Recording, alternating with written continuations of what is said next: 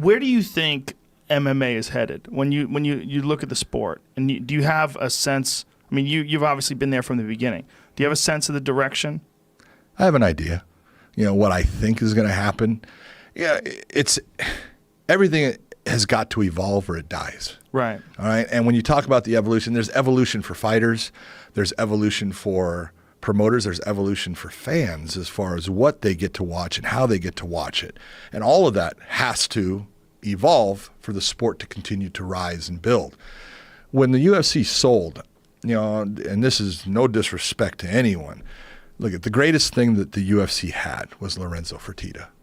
I'm just being honest. Dana was fantastic for the UFC as far as his work effort and the amount of work he put into it, and nonstop, just going after deals, trying to make things happen. Right. He was the workhorse for it, but Lorenzo's the brains behind it. You know that. He's a wizard. Oh my God. And the loss of him is great. Yeah, I agree. You've already seen things. Well, it's also the issue is the price.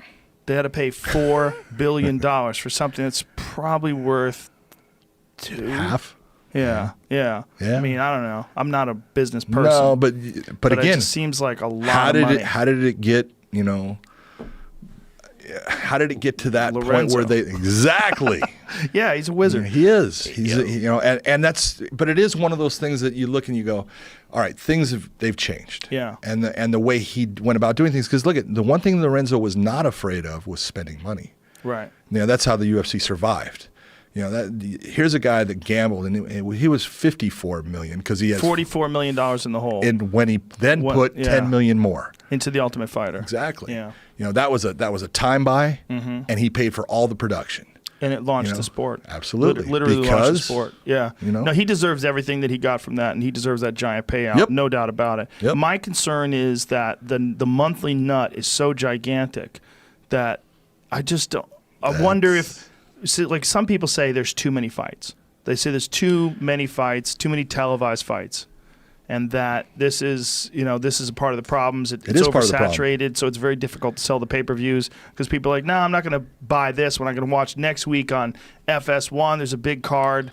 I'm just going to wait for that and not spend my money. You're looking at it for a while there, they were almost competing against themselves with pay-per-views. Yeah. And it was, you had 2 pay-per-views in a month, and you went and said, I'll buy that one. I'm not going to buy that one. Yeah. You can't be in business against yourself. And they got rid of that. There's also a mistake they kind of, especially initially, did a lot of sort of Hollywood-style promotion. Like when I thought there was a real problem was when Ronda Rousey was making her comeback against Amanda Nunes, and they weren't even mentioning Amanda Nunes. I'm like, you guys are out of your fucking mind. Okay. This is the woman that I was saying before Ronda got knocked out by Holly Holm. I was saying Amanda Nunes is more dangerous. She's fucking dangerous, man. Especially you see her in this last weekend against Raquel Pennington. Like, holy shit, she's just gotten good. better and better.